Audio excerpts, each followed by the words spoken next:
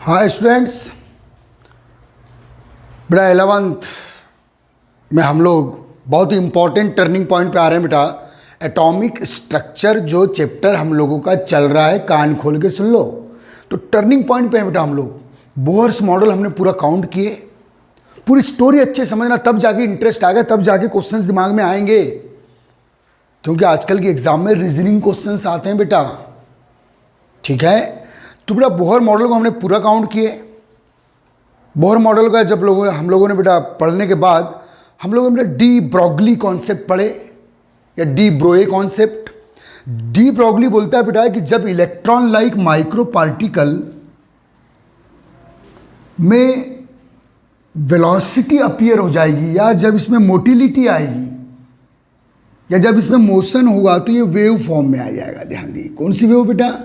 Electromagnetic wave. यह है बेटा डी ब्रॉगली कॉन्सेप्ट। तो याद रखना, बोहर ने जो अपना पूरा मॉडल दिया है, बोहर ये मान के चला बेटा कि electron is the matter particle.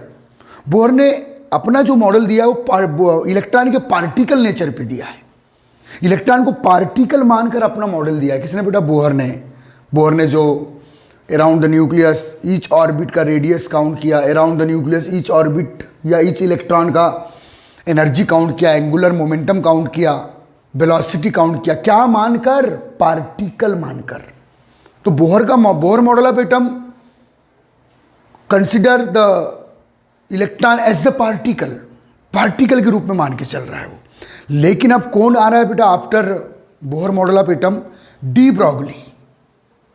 De Broglie बोलता है कि जब इलेक्ट्रॉन जैसा माइक्रो पार्टिकल या अदर माइक्रो पार्टिकल्स में मोशन आ जाएगा, में वेलोसिटी होगी, तो वो पार्टिकल नेचर शो नहीं करेगा। वो किस फॉर्म में आएगा बेटा? Wave, electromagnetic wave. ठीक। तो अब बेटा अगर मैं डी ब्रॉगली की बात करूं, तो आफ्टर डी ब्रॉगली कॉन्सेप्ट, ध्यान देना, आफ्टर डी ब्रॉगली कॉन्सेप्ट, यह है बेटा आपका न्यूक्लियस ऑफ द एटम। ये हो गया बेटा आपका सेल, फर्स्ट सेल या सेकेंड सेल, ध्यान देना। लेकिन डी ब्रॉगली के बाद आपका जो इलेक्ट्रॉन है वो किस फॉर्म में बेटा? वेव फॉर्म में। क्योंकि मूविंग इलेक्ट्रॉन वेव नेचर को शो करेगा। मूविंग इलेक्ट्रॉन वेव नेचर को शो करेगा। तो बेटा देखिए, अब आप इसको ऐसे बनाएंगे। अब सेल में कौन है बेटा? इलेक्ट्रॉन। तो ये वेव नेचर को शो करेगा। ध्यान दीजिएगा, देखिए मॉडल कैसा चेंज हो गया। ये सेकेंड ऑर्बिट में जो इलेक्ट्रॉन है ये भी वेव नेचर को शो करेगा। ध्यान दीजिएगा बेटा। ओके गाइस, देखो बोहर मॉडल कैसा टर्न हो रहा है अब किसके कॉन्सेप्ट के बाद? डी ब्रॉगली के इलेक्ट्रॉन के वेव नेचर कॉन्सेप्ट के बाद। डी ब्रॉगली बोलता है इलेक्ट्रॉन के दो नेचर है भाई, पार्टिकल नेचर और वेव नेचर। जब ये नॉन मोटाइल है, जब इसमें वेलोसिटी नहीं है, तब ये पार्टिकल है। लेकिन जैसे इसमें क्या आ जाएगी बेटा? Velocity convert into wave form. Okay, अच्छे समझना। तो बोहर का यहीं से फ्लॉप स्टार्ट होता है। बोहर का फ्लॉप यहीं से स्टार्ट होता है बेटा, याद रखिएगा, ठीक है। अब आते हैं बेटा हम लोग Heisenberg uncertainty principal.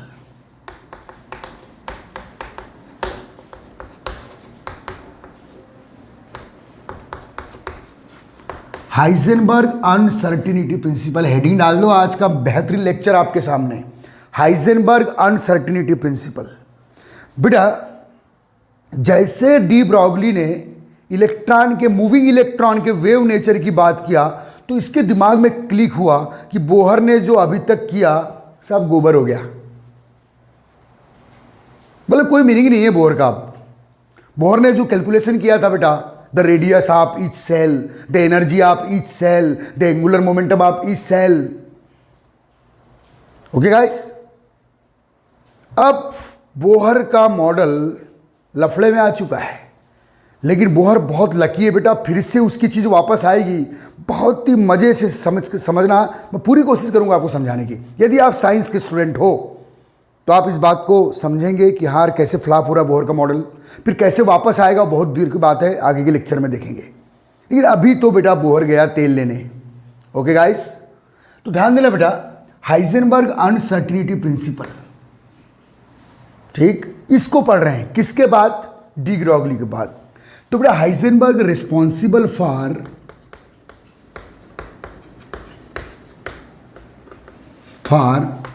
Flops the Bohr model of atom. यही है बेटा वो साइंटिस्ट जिसने बोहर मॉडल पे ऑब्जेक्शन उठाया था, ठीक है, और बोहर मॉडल को फ्लॉप किया था। किसने? हाइजेनबर्ग। रिस्पॉन्सिबल फॉर, याद रखना, हाइजेनबर्ग रिस्पॉन्सिबल फॉर, 1927 की बात कर रहा हूं मैं। Heisenberg responsible for flop the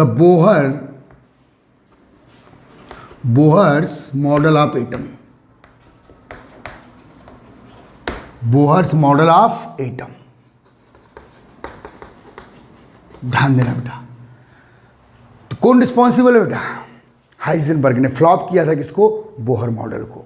अब हाइजेनबर्ग क्या बोलता है कि भाई डी ब्रॉगली आप सही बोल रहे हो। अगर आप सही बोल रहे हो और आप बिल्कुल सही हो कि इलेक्ट्रॉन जैसा माइक्रो पार्टिकल जब मूवेबल होगा, इसमें गति होगी, तो ये वेव हो गया। और देखिए बेटा बोहर ने क्या किया था, अभी थोड़ा सुन लीजिएगा इत्मीनान से। देखो बोहर के अचीवमेंट सब काउंट कर चुके हैं, बोहर के इक्वेशन पूरे काउंट कर चुके हैं। तो बेटा पहले तो मैं आपको बता बोहर ने क्या किया था और ये क्या बोल रहा है, किसके बाद? आफ्टर डी ब्रॉगली कॉन्सेप्ट, समझना। देखिए बेटा बोहर पार्टिकल मान के चल रहा है, किसको बेटा? इलेक्ट्रॉन को। बोहर ने क्या किया बेटा? अराउंड द न्यूक्लियस बोले फिक्स रेडियस के सेल है, ये देखो समझना, ये फर्स्ट सेल की रेडियस, ये सेकेंड सेल की रेडियस। अच्छे समझना बेटा, बहुत इंपॉर्टेंट टर्निंग पॉइंट आ रहा है बेटा। अगर आप साइंस स्टूडेंट हो आपको समझ में बिल्कुल आएगा, मैं बिल्कुल जनरल लैंग्वेज में समझा रहा हूँ। ये बेटा थर्ड सेल का रेडियस देखो। तो बेटा बोहर ने क्या किया है कि फर्स्ट सेल की रेडियस, अब सेल में कौन होते हैं बेटा? इलेक्ट्रॉन। अगर आपने फर्स्ट सेल की रेडियस काउंट किए, मीन्स न्यूक्लियस से आपने, अब आपको मालूम है बेटा, जो आगे प्रूव होगा, 9th में पढ़े हो आपने कि फर्स्ट सेल में कितने इलेक्ट्रॉन होते हैं बेटा? 2 इलेक्ट्रॉन होते हैं मैक्सिमम। सेकंड सेल में कितने इलेक्ट्रॉन होते हैं बेटा? 8 इलेक्ट्रॉन होते हैं। थर्ड सेल में कितने बेटा? 18 इलेक्ट्रॉन होते हैं। ओके गाइस, ये अब आगे हम प्रूव करेंगे, लेकिन आपने तो पढ़ चुके हो ना 9th में कि 2 8 8 32, 2 8 18 32। ओके गाइस, अब देखिए बेटा बोहर ने क्या क्या काउंट किया, ध्यान देना अच्छे से। बोहर ने क्या काउंट किया बेटा? फर्स्ट सेल की radius from the nucleus, second shell की रेडियस। अब आपने रेडियस काउंट किए, मीन्स न्यूक्लियस से डिस्टेंस काउंट किए। डिस्टेंस मीन्स पोजीशन बता रहे हो आप, क्या बता रहे हो? पोजीशन। देखो बोहर कैसे पकड़ा है, कौन पकड़ेगा बेटा? हाइजेनबर्ग। बोले यार तू अगर रेडियस बता रहा है, हर सेल की रेडियस, अब सेल में कौन है बेटा? इलेक्ट्रॉन। अब सेल का रेडियस बता रहा है, मीन्स न्यूक्लियस से इलेक्ट्रॉन का डिस्टेंस बता रहे हैं आप। न्यूक्लियस से इलेक्ट्रॉन का आप क्या बता रहे हैं बेटा? डिस्टेंस।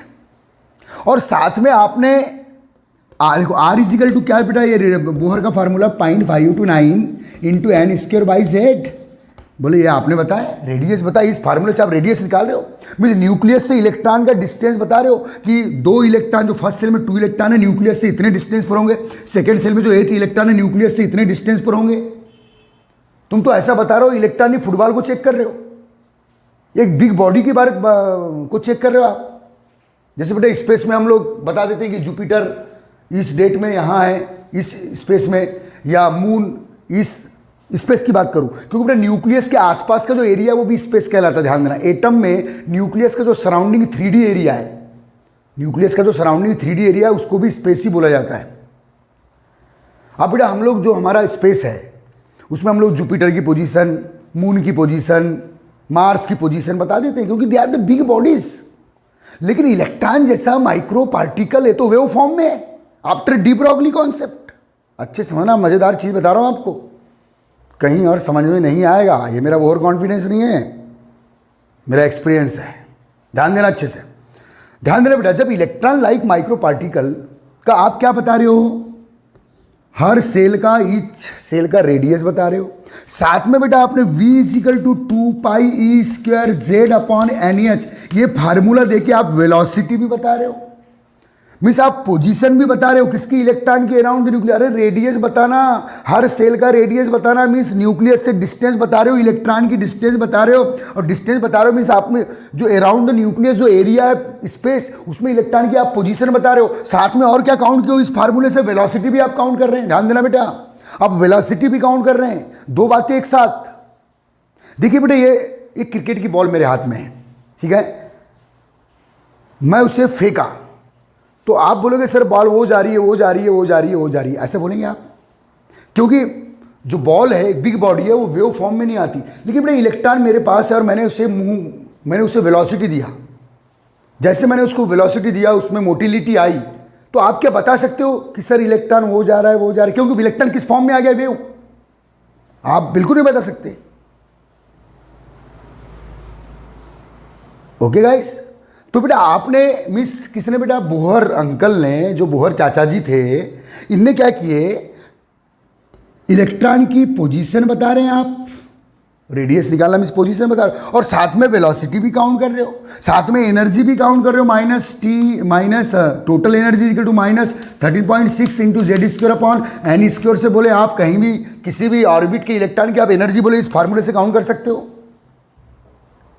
बस बेटा बोहर को यही पकड़ लिया किसने, हाइजेनबर्ग ने। लेकिन किसके बाद पकड़ा, डी ब्रॉगली कॉन्सेप्ट के बाद, क्योंकि डी ब्रॉगली का कंफर्म कॉन्सेप्ट है, प्रूव्ड कॉन्सेप्ट है कि इलेक्ट्रॉन जैसा माइक्रो पार्टिकल में जैसे वेलोसिटी आती है, वो जब मूव करता है तो वो पार्टिकल नहीं रहता, वो किस फॉर्म में आ गया, वेव। कौन सी वेव, इलेक्ट्रोमैग्नेटिक वेव, जो बोहर मॉडल के पहले उसके प्रॉपर्टीज और कैरेक्टर हमने बता चुके हैं, जो ऑस्किलेशन करती हुई चलता है। ध्यान देना बेटा, आप समझना अच्छे से, ठीक है, ओके। तो बेटा वेव का पोजीशन और वेलोसिटी, अब आप इलेक्ट्रॉन पार्टिकल नहीं बोलेंगे, इलेक्ट्रॉन लाइक वेव बोलेंगे आफ्टर डी ब्रॉगली कॉन्सेप्ट। तो बेटा जब ये तो बोहर का मॉडल था, पकड़ देखो, अब बोहर में बहुत ज़्यादा ऑब्जेक्शन आने वाला है और फ्लॉप कर रहे कौन रहा है बेटा, हाइजेनबर्ग। हाइजेनबर्ग बोलता है कि according to de Broglie concept कि इलेक्ट्रॉन जैसा माइक्रो पार्टिकल में जैसे वेलोसिटी आएगी, जैसे वो मूव करेगा तो वेव फॉर्म में रहेगा। और वेव की आप एक्यूरेट पोजीशन नहीं बता सकते। क्या आप बता सकते हैं, नहीं बता सकते। अब ध्यान देना बेटा, आप जिस रूम में बैठ के मेरा लेक्चर देख रहे हैं, मेरा लेक्चर आप देख रहे हैं और रूम में कोई फोटो है, फोटो आपको दिख रही है, आपके रूम में कोई भी चीज़ आपको दिख रही है, मतलब वहाँ लाइट वेव है। ध्यान देना, लाइट वेव है तब तो आपको दिख रही है, जैसे इलेक्ट्रॉन लाइट वेव वैसी लाइट वेव, तब तो आपको दिख रही है। समझना अच्छे से। अब मैं आपको पूछूं, ध्यान देना, बहुत जनरल कॉमन, क्योंकि बेटा हाइजेनबर्ग अनसर्टेनिटी प्रिंसिपल जैसी चीज़ों को समझने के लिए इमेजिनेशन पावर चाहिए। अब मैंने आपको पूछा कि बेटा आप जिस रूम में बैठ के मुझे देख रहे हो वहाँ वेव कहाँ है, तो आप ऐसे थोड़ी देर रुकोगे, सोचोगे यार वेव तो हर जगह है। वेव कहाँ है मैंने पूछा तो आप बोलोगे हर जगह है। कोई पर्टिकुलर ऐसा एक्यूरेट प्लेस वेव का नहीं बता सकते आप, वहां वेव तो हर जगह है। ओके भाई, समझ में आ रहा है बेटा। लेकिन बोहर जी ने फिक्स पोजीशन बताए, न्यूक्लियस से डिस्टेंस रेडियस निकालना मीन्स फिक्स पोजीशन बताया आपने, और साथ में वेलोसिटी भी काउंट किए, साथ में आपने वेलोसिटी भी काउंट कर लिए, और साथ में आप पोजीशन भी बता रहे हो। वेलोसिटी का भी इक्वेशन दे दी कि इलेक्ट्रॉन की वेलोसिटी इतनी होगी, और इलेक्ट्रॉन की वेलोसिटी कितना बेटा, 2.18 10⁻6 मीटर पर सेकेंड, और लाइट वेलोसिटी कितनी होती है बेटा, 3 × 10⁸ मीटर पर सेकेंड। तो बेटा 100 टाइम ही कम है। अगर ये बेस को मैं थोड़ा नेग्लेक्ट कर दूं तो 100 टाइम ही तो कम है। जो electron around the nucleus circular motion कर रहा है, तो हाइड्रोजन एटम के फर्स्ट ऑर्बिट में जो इलेक्ट्रॉन की वेलोसिटी वो इतनी है बेटा, 2.18 × 10⁶ मीटर पर सेकेंड,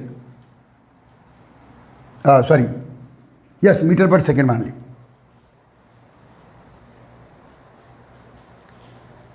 हंड्रेड टाइम ही तो कम है, इतनी ज़्यादा वेलोसिटी, और साथ में आप पोजीशन भी बता रहे हो। जो इलेक्ट्रॉन अराउंड द न्यूक्लियस क्या कर रहा है बेटा, रिवॉल्यूशन कर रहा है, उसकी वेलोसिटी बहुत ज़्यादा है, और साथ में आप पोजीशन भी बता रहे हो। बोले दोनों चीज़ें आप एक साथ नहीं कर सकते। कौन बोल रहा है? हाइजेनबर्ग, क्योंकि रेडियस मीन्स पोजीशन और साथ में क्या बेटा, वेलोसिटी, दोनों का इक्वेशन दे रहा है कौन? बोहर। और हाइजेनबर्ग बोलता है कि इलेक्ट्रॉन जैसा माइक्रो पार्टिकल जब अराउंड द न्यूक्लियस रिवॉल्यूशन कर रहा है तो वो वेव फॉर्म में आ गया है, और वेव की आप पोजीशन भी बता रहे हो, इलेक्ट्रॉन अब वेव लाइक हो गया है, और साथ में वेलोसिटी भी काउंट कर रहे हो। आप पोजीशन कब काउंट कर सकते हो? जब electron non motile particle form में हो, तब आप पोजीशन काउंट कर सकते हो, और जब वो मूवेबल हो जाता है, जब उसमें वेलोसिटी अपीयर हो जाती है, तब आप वेलोसिटी काउंट करोगे। ध्यान देना बेटा। और वेलोसिटी, अगर मैं वेलोसिटी बोल रहा हूं तो साथ में आप मोमेंटम भी काउंट कर लो बेटा। वेलोसिटी में मास को मल्टीप्लाई कर दो, इलेक्ट्रॉन का मास है 9.1 × 10⁻³ किलोग्राम। तो बेटा अगर मैं वेलोसिटी बोल रहा हूं तो आप मोमेंटम टर्म अपने दिमाग में ला लेना, तो वेलोसिटी में मास को मल्टीप्लाई करते तो मोमेंटम आता, आपको पता है। तो बेटा बोहर क्या कर रहा है, सुनो। रेडियस का फार्मूला दिया, मीन्स आपने न्यूक्लियस से डिस्टेंस बता दिए कि 2 इलेक्ट्रॉन इतनी दूरी पर है, 8 इलेक्ट्रॉन इतनी दूरी पर है, 18 इलेक्ट्रॉन इतनी दूरी पर है, साथ में आप वेलोसिटी भी काउंट कर रहे हो। तो हाइजेनबर्ग ने गला पकड़ लिया किसका भाई? बोहर का। बोले भाई साहब ये डाइजेस्ट नहीं हो रहा है कि आप इलेक्ट्रॉन जैसा माइक्रो पार्टिकल का पोजीशन और वेलोसिटी एक साथ कैसे काउंट कर सकते हो। अगर आप पोजीशन काउंट कर रहे हो तो वेलोसिटी की बात करना छोड़ दो, और वेलोसिटी काउंट कर रहे हो तो फिर पोजीशन की बात करना छोड़ दो, क्योंकि इलेक्ट्रॉन अब वेव फॉर्म में है। तो बेटा अनसर्टिनिटी प्रिंसिपल, अनसर्टिन अनिश्चित, अगर आप पोजीशन को सर्टन या कंफर्म करना चाहते हो तो वेलोसिटी अनसर्टन हो जाएगी, और वेलोसिटी को कंफर्म या सर्टन करना चाहते हो तो पोजीशन अनसर्टन हो जाएगा। और तो आप दोनों को एक साथ, रेडियस, पोजीशन और वेलोसिटी दोनों को एक साथ सर्टन कर रहे हैं, एक साथ कंफर्म कर रहे हैं। बोले ये नहीं चल सकता।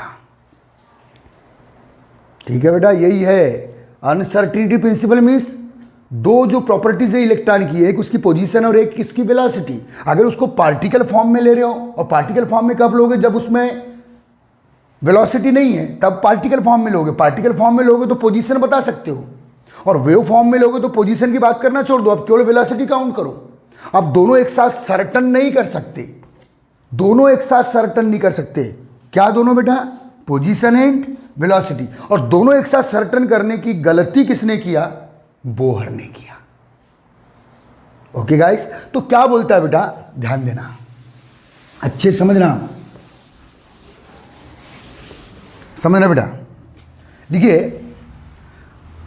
हाइजेनबर्ग अनसर्टिनिटी प्रिंसिपल के बारे में ये बेटा मेन पॉइंट, मेन डेफिनेशन क्या है? इट इज इम्पॉसिबल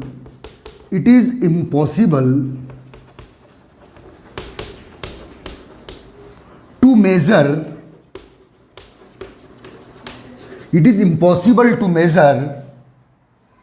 simultaneously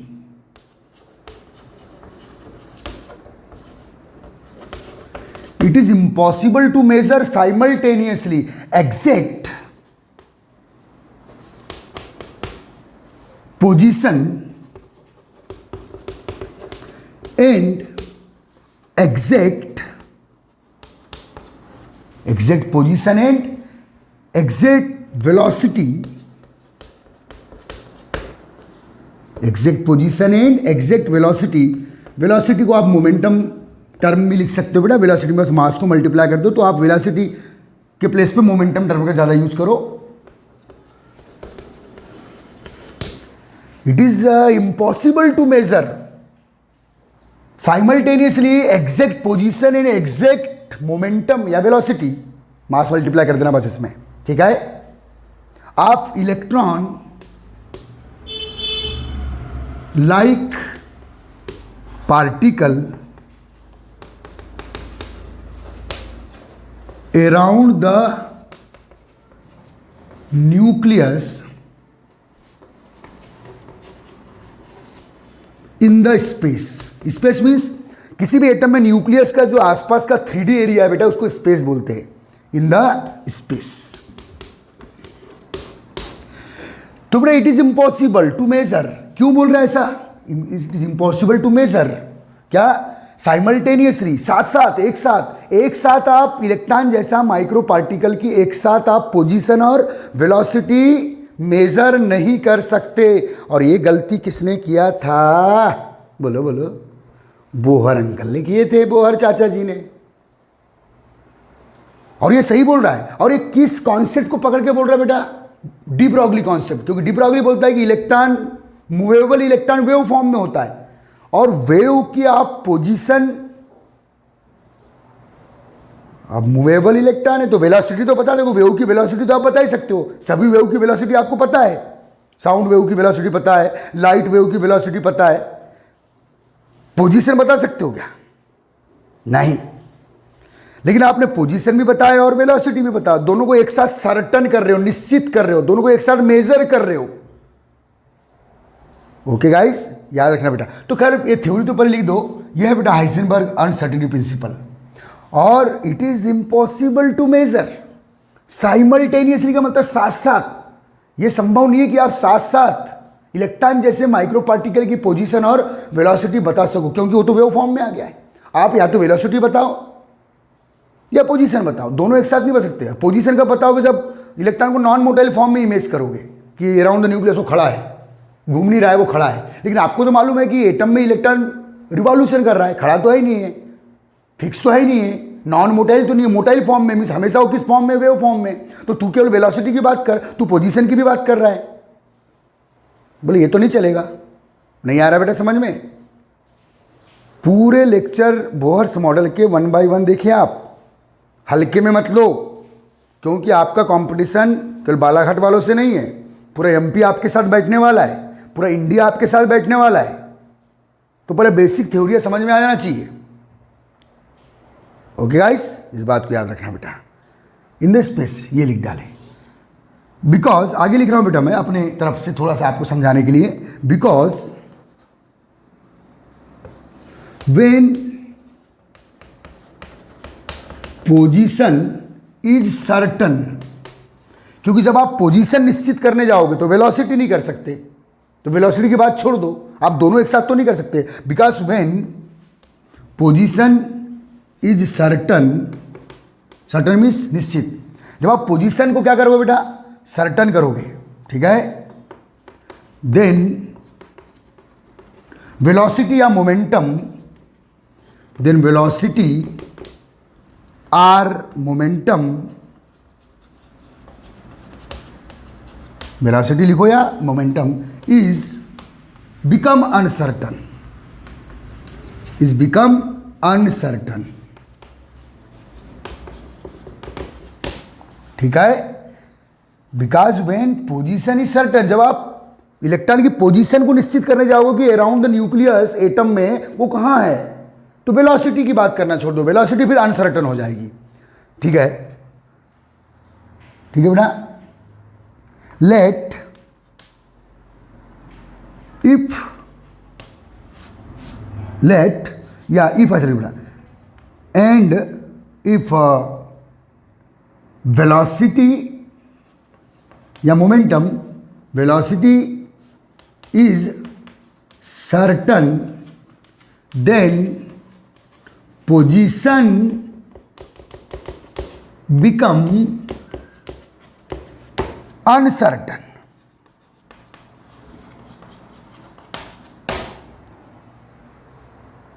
ठीक है बेटा। अगर आप पोजीशन को निश्चित करते हो, कंफर्म करते हो, तो वेलोसिटी अनिश्चित हो जाती है, अनकन्फर्म हो जाती है। क्योंकि पोजीशन देखना है तो फिर उसको नॉन मोटाइल फॉर्म में लेना पड़ेगा, लेकिन अपना इलेक्ट्रॉन तो मोटाइल फॉर्म में घूम रहा है अराउंड द न्यूक्लियस।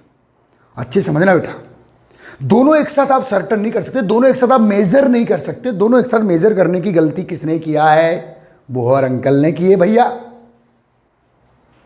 तो ये है बेटा हाइजेनबर्ग अनसर्टेनिटी प्रिंसिपल, ये मेन उसका डेफिनेशन। उसके बाद थोड़ा मैंने एक्सप्लेन किया, because when position is certain then velocity is become uncertain, और इफ वेलोसिटी इज सर्टन, यदि आप वेलोसिटी को मेजर करना चाहते हो तो पोजीशन की बात करना छोड़ दो, और पोजीशन को देखना चाहते हो तो वेलोसिटी की बात करना छोड़ दो। दोनों एक साथ आप चेक नहीं कर सकते। यही है बेटा हाइजेनबर्ग अनसर्टिनिटी प्रिंसिपल। एक सर्टन होगा तो दूसरा अनसर्टन हो जाएगा, एक सर्टन तो दूसरा अनसर्टन। एक मीन्स पोजीशन सर्टन तो वेलोसिटी अनसर्टन, वेलोसिटी सर्टन तो पोजीशन अनसर्टन। ठीक है बेटा, अच्छे से याद रखो। अब बेटा मैं इसको ऐसे समझा रहा हूं, ध्यान देना। चलो इसको छाप लो, आप जल्दी कॉपी कर लो, कॉपी कर लो, फिर समझा रहा हूं, जल्दी कॉपी करो। इस चीज को मैं अभी प्रूव कर रहा हूं आपके सामने, फार्मूले से प्रूव करेंगे। मैं आपको कुछ चीज दिखा भी रहा हूं, चलो कॉपी कर लो जल्दी। हो गया, शाबाश। चलो अब दिमाग में रखना जो आपने लिखे हो और जो मैंने समझाया हूं। चलिए बेटा, आपके घर में सीलिंग फैन है ना, सीलिंग फैन है आपके घर में, बहुत स्पीड से चल रहा है। अब ये सीलिंग फैन है बेटा, ध्यान दो। सीलिंग फैन में ये 3 उसकी फिन्स है, पंखुड़ियां हैं। यहां से मैं आपको समझा दे रहा हूं। तो बेटा आपको मालूम है, तो ये बेटा सीलिंग फैन का जो सेंटर वाला पार्ट है इसको न्यूक्लियस मान लो, मान लिए थोड़ी देर के लिए न्यूक्लियस। और ये जो फिन्स है बेटा इन्हें इलेक्ट्रॉन मान लो। चलिए मान लीजिए, मान लिए इलेक्ट्रॉन अराउंड द न्यूक्लियस, मान लिए, ठीक है, ओके। देखिए बेटा, अगर आपका फैन जो सीलिंग फैन है वो अभी ऑफ है, बंद है, तो आप इलेक्ट्रॉन की पोजीशन बता सकते हो कि सर ये एक फिन है, एक पंखुड़ी है, एक पंखुड़ी है, एक पंखुड़ी है, बता सकते हो। अब बेटा आप घर में कर लेना और फिर सोचना कि बोहर को हाइजेनबर्ग ने सही पकड़ा है, ठीक है। अब देखिए बेटा, जब आप उसी फैन को फुल स्पीड से घुमा दो, फुल स्पीड से उस फैन को घुमा दीजिए आप, तो कैसा दिखता है बेटा आपको? देखो ऐसा एरिया दिखेगा। देख लीजिए आप घर में फैन में कर लीजिए एक्सपेरिमेंट। ऐसा कोई पंखुड़ियाँ, इलेक्ट्रॉन को पंखुड़ियाँ मान रहे आप, कोई पंखुड़ियाँ फैन की आपको नज़र नहीं आएगी। बस ऐसा डेंस एरिया, ऐसा आपको डेंस एरिया इस सेंटर पॉइंट के अराउंड ऐसा डेंस एरिया नज़र आएगा। ध्यान देना बेटा, ऐसा डेंस एरिया नज़र आएगा, ऐसा डेंस एरिया नज़र आएगा। अब मैं जब आपका फैन फुल स्पीड में है, इलेक्ट्रॉन अब घूमने लगे, अब इलेक्ट्रॉन की वेलोसिटी तो लगभग लाइट वेलोसिटी उससे 100 टाइम ही कम है, लेकिन बहुत ज़्यादा है। इतनी फुल वेलोसिटी से electron around the nucleus revolution कर रहे हैं। देखो बेटा, जब आपका फैन ऑफ है तो मैं बोलूँगा कि चलो यहाँ वेलोसिटी बताओ, तो आप क्या बोलोगे? सर वेलोसिटी तो 0 है। पोजीशन बताओ, तो पोजीशन, वेलोसिटी क्या है बेटा? यहाँ अनसर्टन है, वेलोसिटी अनसर्टन है, देखो यहाँ। लेकिन पोजीशन को एक से शो करता हूँ, वेलोसिटी v होगी, पोजीशन है, सर्टन है। आप बोलोगे सर एक फिन है, ऐसा बताओगे, वो एक पंखुड़ी है, वो एक पंखुड़ी है, वो एक पंखुड़ी, बता सकते हो ना। लेकिन जब आपका फैन फुल स्पीड में घूम रहा हो तो आप क्या देखेंगे? आप ये करके देखिए घर में, तो फुल स्पीड से घूम रहा है तो आपको तीनों पंखुड़ियां नजर नहीं आएगी, तीनों इलेक्ट्रॉन नजर नहीं आएंगे। पंखुड़ियों को मैं इलेक्ट्रॉन मान के चल रहा हूं बच्चे। आपको केवल अराउंड द न्यूक्लियस, वो जो फैन का सेंटर पॉइंट है उसके अराउंड ऐसा डेंस एरिया दिखेगा। लेकिन आपको पता है कि 3 पंखुड़ियां यहाँ हैं, आपको पता है कि ये 3 पंखुड़ियां ही हैं, लेकिन आपको बहुत डेंस एरिया दिखेगा। बस वो 3 पंखुड़ियां आप अलग अलग नहीं बता सकते कि यहाँ है, यहाँ है, यहाँ है, यहाँ है, ओके। अब यहाँ बेटा वेलोसिटी क्या है? सर्टन है, वेलोसिटी सर्टन है। यहाँ पोजीशन क्या है? पोजीशन को 1 से शो कर रहा हूँ, ये क्या हो गई बेटा? अनसर्टन हो गई। ध्यान देना, समझ में आ गया? और दोनों को एक साथ सर्टन करने की गलती किसने किया है? देखो, लेकिन आपका जो एटम है वो ऐसा है या ऐसा है? आपके एटम में इलेक्ट्रॉन ऐसे हैं या ऐसे हैं? भाई वो तो फुल स्पीड से घूम रहे हैं, हाई वेलोसिटी से घूम रहे हैं। मीन्स ये मॉडल आ गया। देखो ये मॉडल आ गया एटम का। बोहर के जो सेल थे, बोहर को देखो, बोहर के सेल, बोहर देखो, first shell, second shell, third shell, बढ़िया बता रहा है, ये तो बेहतरीन। बोले 2 इलेक्ट्रॉन यहाँ होंगे, 8 इलेक्ट्रॉन यहाँ होंगे, 18 इलेक्ट्रॉन यहाँ होंगे। बोले यार अब देख लेना बेटा, हाइजेनबर्ग ने पकड़ लिया। आप बोले इलेक्ट्रॉन लाइक माइक्रो पार्टिकल जब अराउंड द न्यूक्लियस रिवॉल्यूशन करता है तो वो तो वेव है भैया। और वेव की क्या पोजीशन बताओगे आप? वेव तो हर जगह है। तुम तो एक्यूरेट बता रहे हो, जैसे इलेक्ट्रॉन चेक नहीं कर रहे हो, जैसे फुटबॉल चेक कर रहे हो या कॉर्क की बॉल चेक कर रहे हो या कोई बड़ी बॉडी के बारे में बात कर रहे हो। तो बेटा अगर फैन आपका ऑफ है तो क्या कंफर्म है? पोजीशन। क्या सर्टन है? पोजीशन। वेलोसिटी क्या है बेटा? अनसर्टन। और जब आपका ये पंखुड़ियां फुल स्पीड से घूम रही है सीलिंग फैन की, तो अब क्या सर्टन है बेटा? वेलोसिटी आप बता सकते हो, लेकिन अब क्या नहीं बता सकते आप? पोजीशन। और दोनों को एक साथ मेजर कौन कर रहा है? Bohr model of atom. Okay guys, याद रखना बेटा। तो ध्यान देना। ओके, क्लियर हो गया? बहुत सही। तो बेटा ये तो मॉडल गया, बोहर के सेल गए तेल लेने, मॉडल अब ये आ गया एटम का। अब बोहर जो आफ्टर हाइजेनबर्ग, बोलो ये आप ये बोलो बेटे, आप यहां बोलो आप। देखो बेटे तीन, देखो सीलिंग फैन को आप देख रहे हो, तो ये 3 पंखुड़ियां हैं आपको पता है, लेकिन वो फुल स्पीड में जब सीलिंग फैन घूम रहा है तो आपको केवल डेंस एरिया दिख रहा है। क्या आपको अलग अलग 3 पंखुड़ियां वहां दिख रही है? नहीं दिख रही है। लेकिन मैंने आप पे ऐसा एक गन रख दिया, समझो ऐसे रख दिया मैंने गन, और बोला कि यार जो घूमता हुआ सीलिंग फैन है उसमें कौन सी पंखुड़ी किस समय कहाँ है? पंखुड़ी को इलेक्ट्रॉन मान रहे हैं आप। मैंने आप पे ऐसे गन रख दिया और पूछा कि जो घूमता हुआ सीलिंग फैन है फुल स्पीड में घूम रहा है, कौन सी पंखुड़ी कहाँ है बता। तो ऐसा देखेगा और कन्फ्यूज कहाँ है यार। लेकिन आपको पता है कि वो जो ये वाला एरिया है, ये वाला जो एरिया है, ये जो डेंस एरिया है, यहाँ कहीं वो 3 पंखुड़ियाँ हैं। पंखुड़ी को अभी फिलहाल आपके दिमाग में घुसड़ने के लिए इलेक्ट्रॉन मान लो, लेकिन मैंने आप पे प्रेशर डाल दिया, देखो बताना ही पड़ेगा कौन सी पंखुड़ी कहाँ है, कौन सा इलेक्ट्रॉन कहाँ है।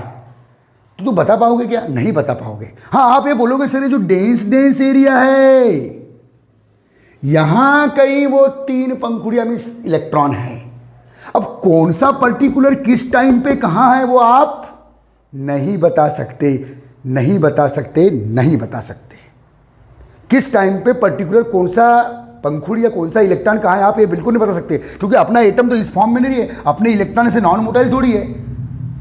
इलेक्ट्रॉन तो हमेशा एटम में क्या हो रहे हैं बेटा? रिवॉल्यूटेड हो रहे हैं, रिवॉल्यूशन कर रहे हैं। आप इस कंडीशन में पंखुड़ी या इलेक्ट्रॉन सटीक बताओगे तो वेलोसिटी नहीं बता सकते।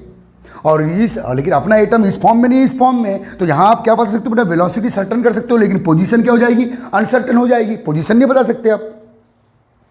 लेकिन फिर भी मैंने प्रेशर डाला आप पर कि बता कौन सी पंखुड़ी कहाँ है। तो तेरा आखिरी में जब जान पे आ जाएगी यार गोली मार देंगे सर मेरे को, तो लास्ट में बोलेगा कि सर मैं ये तो नहीं बता सकता कि कौन सी पंखुड़ी कहाँ है, मैं ये तो नहीं बता सकता कि कौन सी पंखुड़ी कहाँ है, लेकिन मैं ये जरूर बोल सकता हूँ कि वो जो 3 पंखुड़ियाँ है कि इसकी फैन की जो 3 फिन्स है वो इस डेंस एरिया में कहीं ना कहीं, इस डेंस एरिया में है।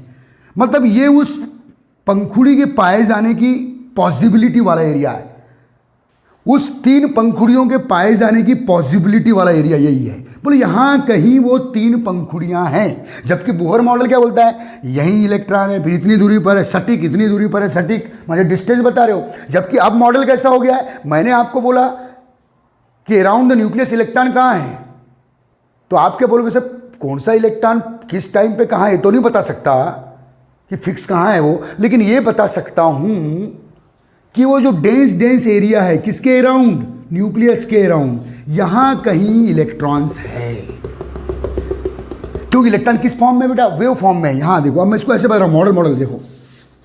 अब बेटा हाइजेनबर्ग के बाद, डी ब्रॉगली और हाइजेनबर्ग के बाद ये बेटा इलेक्ट्रॉन आपका वेव फॉर्म में। देखो wave form, wave form, wave form, wave form, wave form, wave form, wave form, ध्यान देना बेटा, वेव फॉर्म में आ गया, वेव फॉर्म में आ गया, वेव फॉर्म में। स्प्रिंग मॉडल, एटम का स्प्रिंग मॉडल, एटम का स्प्रिंग मॉडल वेव फॉर्म में आ गया, वेव फॉर्म में आ गया। बोले यहां कहीं वो इलेक्ट्रॉन लाइक वेव, अब इलेक्ट्रॉन नहीं बोलने का, इलेक्ट्रॉन लाइक वेव बोलने का। अब कौन सा कहाँ है? मैंने पूछा ना बेटा, जैसे आप घर के बाहर निकलो, लाइट वेव कहाँ है, तो आप बोलो सर हर जगह लाइट वेव है। कोई फिक्स पोजीशन आप नहीं बता सकते। ईश्वर कहाँ है? हर जगह है।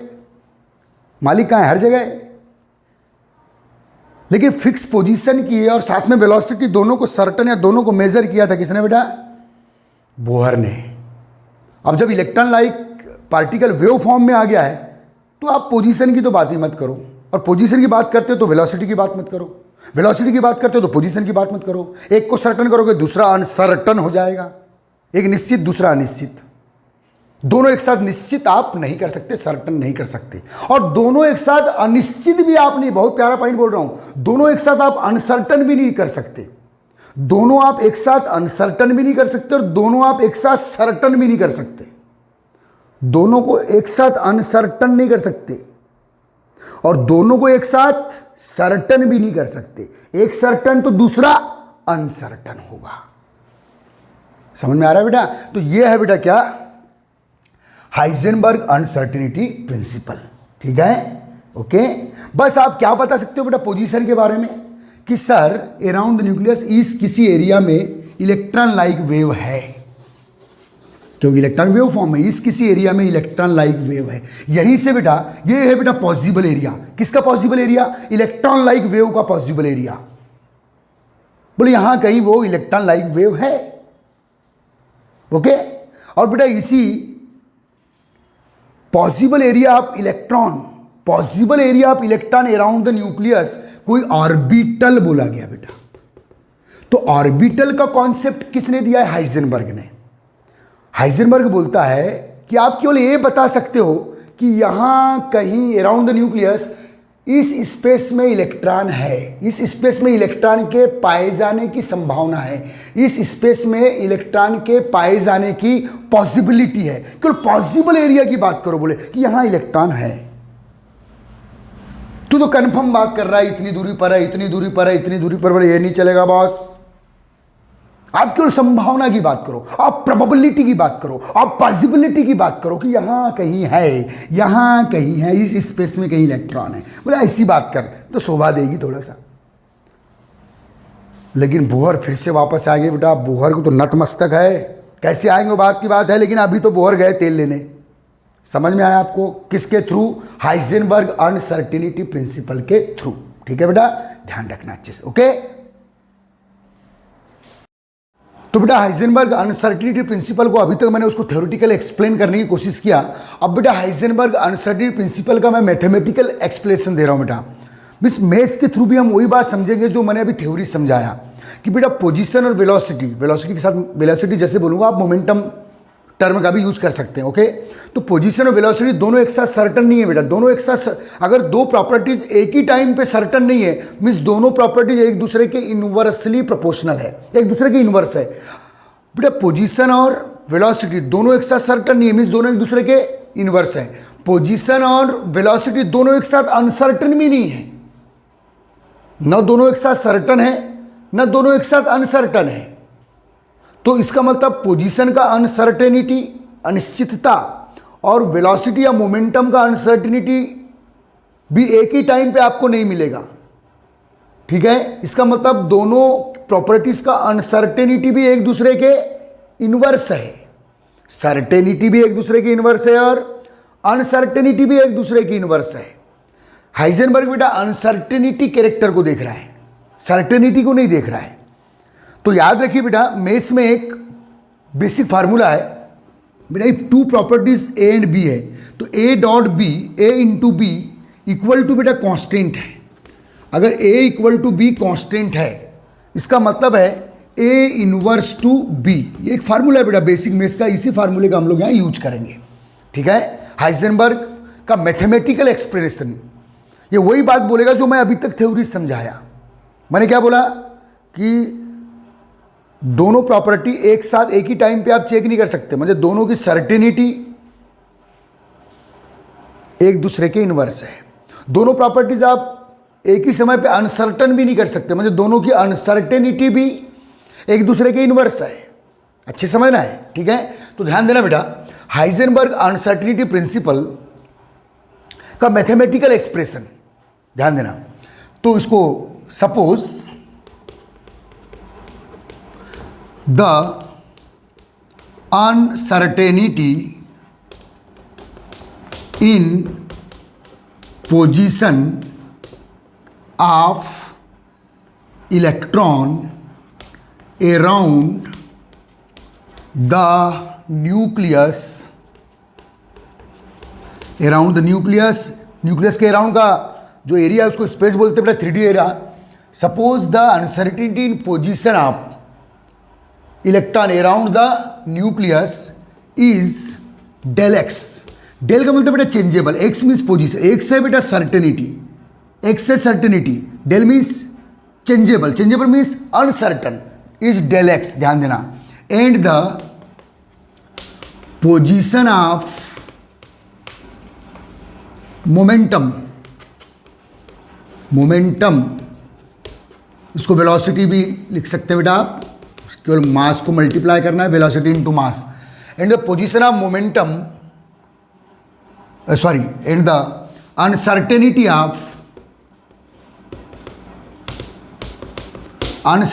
Of momentum means velocity into mass, momentum P से शो करते हैं बेटा हम लोग, इज किसका, इलेक्ट्रॉन का around the nucleus, is del P, del means changeable momentum, del P means क्या बेटा एम इंटू डेल वी, ठीक है, ये डेल वी क्या है बेटा अनसर्टिनिटी इन वेलोसिटी, और डेल पी क्या है बेटा अनसर्टिनिटी इन मोमेंटम, तो डेल पी नहीं लिखना है तो एम इंटू डेल वी लिख दो, एक ही बात है। ओके गाइस, मास यहाँ कंसिडरेबल है बेटा इलेक्ट्रॉन का, माइक्रो पार्टिकल का, ठीक है। तो क्या बोलता है बेटा कि जब ये इलेक्ट्रॉन रिवॉल्यूशन कर रहा है अराउंड द न्यूक्लियस, तो उसकी पोजीशन और वेलोसिटी दोनों एक साथ सर्टन नहीं है, माने एक दूसरे की इन्वर्स है, या ऐसा बोलो पोजीशन एंड वेलोसिटी या मोमेंटम दोनों एक साथ अनसर्टन भी नहीं है, एक ही टाइम पे दोनों नहीं दिखेंगे, एक दिखेगा तो दूसरा गायब है, एक की बात करो, एक को कंफर्म करो तो दूसरे को आप अनकंफर्म करना पड़ेगा, एक सर्टन है तो दूसरा अनसर्टन है। याद रखना बेटा, एक का सर्टिनिटी और एक कैरेक्टर का सर्टिनिटी और एक कैरेक्टर का अनसर्टिनिटी, ये एक ही टाइम पे दिखेगा, ये प्रोपोर्शनल होंगे, लेकिन दोनों का सर्टेनिटी इनवर्स होगा, दोनों का अनसर्टेनिटी भी इनवर्स होगा। ये फार्मूला याद रखिए, इसी फार्मूले का, ये मेस का बेसिक फार्मूला जिसका मैं यहां यूज करूंगा, ध्यान देना बेटा, is del P then according to uncertainty principle of Heisenberg, theory समझना बेटा, according to uncertainty principle of Heisenberg, del x, बोलो वर्ड में बोलो, uncertainty in position into del P, uncertainty in momentum या अनसर्टेनिटी इन वेलोसिटी, मास को multiply करके रखें, ठीक है, मोमेंटम में वेलोसिटी है, मास फिक्स रखा है, क्योंकि बेटा वेलोसिटी अगर फिक्स है, किसी ऑर्बिट में इलेक्ट्रॉन की वेलोसिटी फिक्स है तो मास भी फिक्स रहेगा, ठीक है। Del x into del P equal or greater than, ये साइन है बेटा, आप इक्वल लिख सकते हैं लेकिन actually equal or greater than H upon 4 pi. H क्या है बेटा, प्लैंक कांस्टेंट है, 4 कांस्टेंट है, पाई कांस्टेंट है। देखो ये वाला formula, A dot B equal to constant, A dot B equal to constant, इसका मीनिंग क्या है बेटा, ए इनवर्स टू बी। उसी टाइप से बेटा del x and del P, uncertainty in position and uncertainty in to momentum equal to, equal or greater than है, actually मैं equal बोल रहा हूं लेकिन इक्वल आर ग्रेटर नहीं, equal to H upon 4 pi. H upon 4 पाई क्या है बेटा, कांस्टेंट। इसका सीधे सीधे इनडायरेक्ट मीनिंग हुआ बेटा कि del x inverse to del p या del x inverse to m into del v. ध्यान देना, यह है बेटा actual equation of Heisenberg uncertainty principle. ये वही बात बोल रहा है जो मैं थ्योरेटिकली आपको समझा रहा हूं, ये वही बात बोल रहा है जिसको मैं थ्योरेटिकली आपको समझा रहा हूं। अब देखो बेटा इसको थोड़ा सा वर्ड में, uncertainty in position and uncertainty in momentum या वेलोसिटी कांस्टेंट की इक्वल है। इसका मतलब uncertainty in position and uncertainty in to momentum एक दूसरे के क्या है बेटा, इनवर्स है। मतलब दोनों एक ही टाइम पे अनसर्टन नहीं होते, एक सर्टन है तो दूसरा अनसर्टन है, न दोनों एक ही टाइम पे सर्टन होते हैं न दोनों एक ही टाइम पे अनसर्टन होते हैं। तो मैं अनसर्टन, हाइजेनबर्ग जो है वो अनसर्टिनिटी प्रॉपर्टीज को चेक कर रहा है, सर्टिनिटी को भी चेक कर सकता है, लेकिन अनसर्टिनिटी ज़्यादा करीब है बेटा हमारे इलेक्ट्रॉन के पोजीशन और वेलोसिटी के लिए, ठीक है। तो ध्यान दीजिएगा, इस इक्वेशन का ये मीनिंग होगा बेटा, मीन्स देखिए जब डेल वी की वैल्यू बढ़ेगी, समझना मेरे साथी आपको, जब डेल वी का वैल्यू बढ़ेगा मीन्स अनसर्टिनिटी इन वेलोसिटी बढ़ेगी, अनसर्टिनिटी इन वेलोसिटी बढ़ेगी, इनवर्स है, डेल एक्स के इनवर्स है। जब अनसर्टिनिटी इन वेलोसिटी बढ़ेगी तो अनसर्टिनिटी इन पोजीशन कम होगी। अनसर्टिनिटी कम होना मीन्स सर्टिनिटी बढ़ना। मीन्स जब आप वेलोसिटी की बात करना छोड़ दो तब आप पोजीशन को डिटरमाइन कर सकते हैं। या ऐसा लिखो बेटा, जब रिवर्स सोचो, या अनसर्टिनिटी है डेल एक्स, तो बेटा जब डेल वी बढ़ेगा तो डेल एक्स कम होगा। डेल वी क्या है? अनसर्टिनिटी इन वेलोसिटी की वैल्यू बढ़ेगी तो अनसर्टिनिटी इन पोजीशन की वैल्यू कम होगी, और अनसर्टिनिटी कम होगी तो सर्टिनिटी बढ़ेगी। ओके गाइस, पागल हो रहे हो? थोड़ा इसके पहले की पूरी थ्योरी में अच्छे से क्लियर कर चुका हूं। जैसे बेटा फैन को आप ऑफ कर रहे हैं तो धीरे धीरे क्या होगा? स्पीड कम हो रही है, तो धीरे धीरे स्पीड कम होगी तो वेलोसिटी की सर्टिनिटी कम हो रही है, तो पोजीशन अब धीरे धीरे पंखुड़ियां आपको दिखने लगेगी। मीन्स पंखुड़ी में इसको इलेक्ट्रॉन मान रहे हैं आप कि सर्टिनिटी बढ़ेगी। तो एक कैरेक्टर की जब अनसर्टिनिटी कम होती है तो दूसरे कैरेक्टर की सर्टिनिटी बढ़ती है। लेकिन दोनों कैरेक्टर की अनसर्टिनिटी एक दूसरे के इन्वर्स है और दोनों कैरेक्टर की सर्टिनिटी भी एक दूसरे के इन्वर्स है, याद रखना। तो यह है बेटा हाइजेनबर्ग अनसर्टिनिटी प्रिंसिपल। आ रहा है समझ में? याद रखिए। अब समझो बेटा, इसमें अलग अलग टाइप की इक्वेशन है। अब आपको पूछा व्हाट इज द, अब मैथमेटिकली चलना है, व्हाट इज द पॉइंट 1 लिख रहा बेटा, व्हाट इज द अनसर्टेनिटी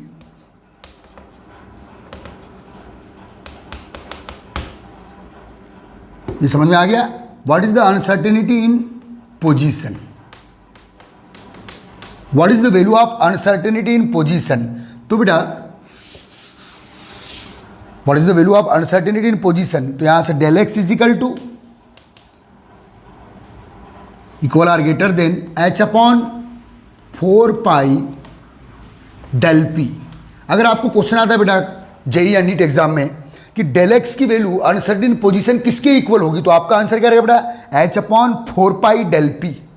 अब आपको बेटा इस इक्वेशन को ऐसे भी लिख सकते हैं आप, डेल पी को ओपन करें तो del x into m del v upon equal to H upon 4 pi. ठीक है बेटा, equal or greater than actually आप इक्वल ही बोल सकते हो, कोई दिक्कत नहीं।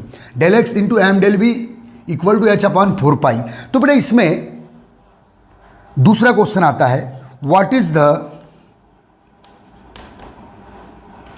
द अनसर्टेनिटी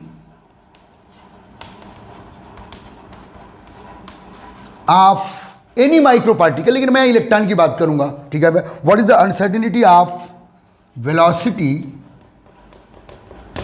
ठीक है, तो बेटा इस इक्वेशन से आप निकाल लेंगे, दो इक्वेशन, दोनों एक ही इक्वेशन है, तो अनसर्टेनिटी टू वेलोसिटी तो क्या आ जाएगा बेटा? Del v equal to H upon 4 pi m del x. अगर बेटा आपको जेईई या नीट एग्जाम में क्वेश्चन आता है तो अनसर्टेनिटी वेलोसिटी किसके इक्वल होगी, किस फैक्टर के इक्वल होगी, तो H upon 4 pi m del x के इक्वल होगी। फिर बेटा एक तीसरा पॉइंट का क्वेश्चन और बना सकते हैं हम लोग, what is the uncertainty, what is the uncertainty in position and velocity, position and velocity. तो बेटा ये इक्वेशन से, या आपको ऐसा पूछ लिया बेटा कि पोजीशन और वेलोसिटी की अनसर्टेनिटी किस वैल्यू के इक्वल होगी, तो बेटा आंसर क्या आएगा? अब क्या पूछा है? What is the uncertainty in position and velocity, means del x del v की वैल्यू आप किसके इक्वल आएगी बेटा? Del x del v H upon 4 pi m. तो ये वेरियस टाइप के एमसीक्यू और यहीं से बेटा न्यूमेरिकल्स भी आ जाते हैं। ठीक है, ये वेरियस टाइप के बेटा हाइजेनबर्ग अनसर्टेनिटी इक्वेशंस है। ये uncertainty to position and momentum किसके equal? H upon 4 pi. Uncertainty position del x किसके equal? H upon 4 pi del P. Uncertainty in velocity किसके equal? H upon 4 pi m del x. Uncertainty in position and velocity किसके equal? H upon 4 pi m. तो कुल मिला के theory ये है बेटा, बोहर मॉडल ऑफ फ्लॉप हो चुका है, क्योंकि हाइसेनबर्ग बोलता है इलेक्ट्रॉन जैसा micro particle around the nucleus यदि रिवॉल्यूशन कर रहा है तो आप उसकी पोजीशन और वेलोसिटी एक साथ सर्टन, एक साथ कंफर्म, एक साथ मेजर नहीं कर सकते, जो बोहर जी ने किए थे। तो बेटा अब आगे नया मॉडल क्या होगा नेक्स्ट लेक्चर में। हाइजेनबर्ग अनसर्टेनिटी प्रिंसिपल के बाद नया मॉडल क्या आएगा वो नेक्स्ट लेक्चर। जो नया मॉडल आएगा वही बेटा मॉडर्न एटॉमिक मॉडल आएगा, जहां से हम लोग क्वांटम नंबर्स पढ़ेंगे। ठीक है, ओके, शाबाश।